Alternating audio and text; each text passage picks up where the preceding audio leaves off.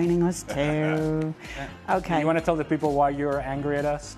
You left me for the Pokal final, the German Cup final. You were my Bundesliga boys. Yeah. And neither one of you were there. But we had good reason. I mean, yeah, I'm fine. Your family's very important, and fine, so is yours, Shaka. But so is the Pokal final. Yeah. We can't all be like Jules and just dismiss our kids.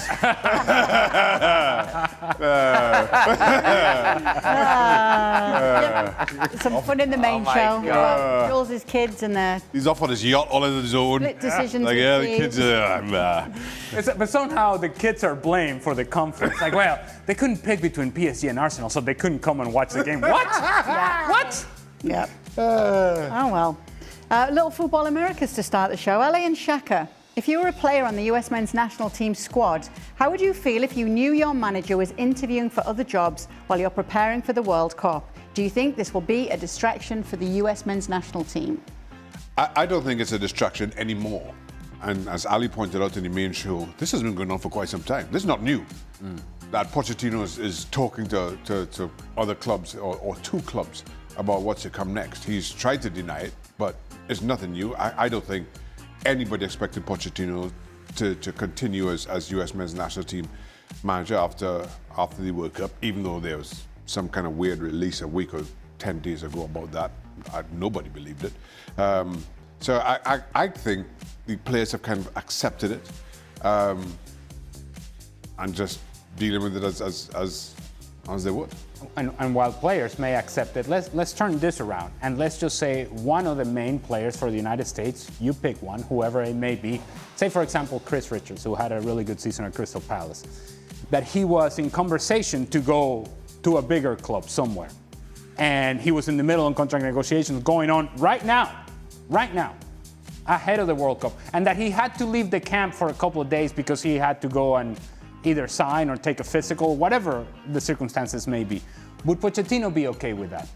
Or would that be a distraction to the preparation for the team? So if it's not acceptable for the player to be doing this, then it shouldn't be acceptable for the manager to do it either. That's just what I'm saying. Context.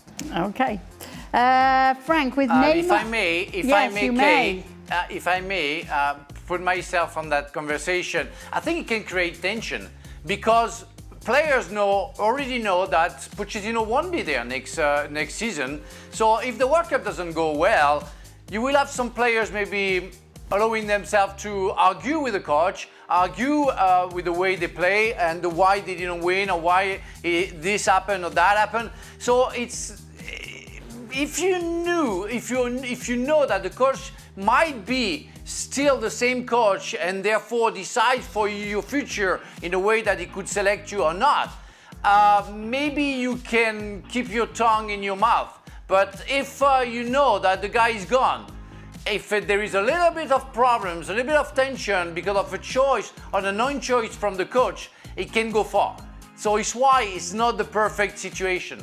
To that point, I have a feeling, just looking from the outside, that the US players have already moved on past Pochettino. And now the question becomes, how much authority does he have in that dressing room if this team goes a little bit far in the tournament or they have a difficult moment? I think they've kind of moved past him and again, whether the question is authority. And the reason I say that, during the show I mentioned Pochettino having something to say about Timothy Weah, who was advocating for the regular US fan and the cost of tickets. And Pochettino had some pretty strong words to say about him. Timothy Weah responded by being front and center with New York Mayor Mamdani in announcing the $50 tickets for New York residents, or a certain number of New York residents. So Timothy Weah didn't shy away from, he didn't respond to Pochettino.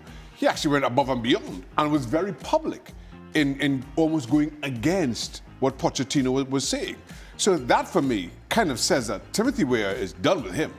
Him being Pochettino. Timothy Weah is done with Pochettino.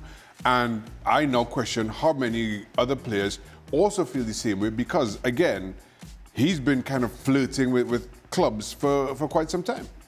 You know, this is off topic, Jack. You know how we did 6. No. Shy away he didn't respond to Pochettino. He actually went above and beyond and was very public in almost going against what Pochettino was saying. So that, for me, kind of says that Timothy Weah is done with him. Him being Pochettino. Timothy Weah is done with Pochettino. And I now question how many other players also feel the same way because, again, he's been kind of flirting with clubs for quite some time. You know, this is off topic, Jack. You know how we did the power rankings in the main show? Yeah. And I just happened to turn. What a power rankings those were, by the way. But carry on. Well, yes. Carry on. Memorable. Yes. Just as memorable as the shoes you're wearing right now. Yes, Can you please show the people and tell the people what kind of power ranking these shoes? My red suede Adidas shoes. Hello. Front and center, baby. Oh my God! You gotta go. I like those. Hello. And I'm just. I know why he became a goalkeeper. When you have feet like that, you know you can't kick goals. Man, the power ranking is strong in those. Yeah, baby. You put those in the algorithm. Thanks for in here. Next question, Frank. With Neymar out for a few weeks due to a muscle injury, is it better for Ancelotti to call up a replacement like João Pedro or risk Neymar missing some games? It's a tough question. I will be Ancelotti. According to Neymar latest past, I would say yes. I wouldn't take any risk. I will call João Pedro and make sure that you have all the players 100%. Neymar is a big star. It's hard to take a decision like that because of the fans, because of what he can create still on the field. But I wouldn't take any risk. And I would say, no. I need a full squad, and I'm very sorry for Neymar, but I have to change and take another decision. Maybe Ancelotti is just flat out a genius. Maybe he saw this coming. And maybe he named Neymar to the initial squad, and everybody went crazy, and now there were no longer stories about whether Neymar was going to the World Cup or not, which was essentially 8 out of 10 stories about this Brazilian national team was about Neymar and that very same question. And the fact that Ancelotti picked him, well, you no longer have to answer that question. But maybe he knew that given Neymar's recent past, there was a likelihood that within the next month, his fitness concerns were going to be an issue, and they would come up. And if they came up, it gives you an easy out. Neymar, you cannot go because you have calf problems. João Pedro, come on now. You were my number one the whole time. Welcome to the Brazilian national team. Maybe Ancelotti is that kind of genius. When's the deadline to nail the squad, your final 26? No? Everybody know? June 2nd. June 2nd? Yeah. Oh, baby, yeah. Well, I'm all in.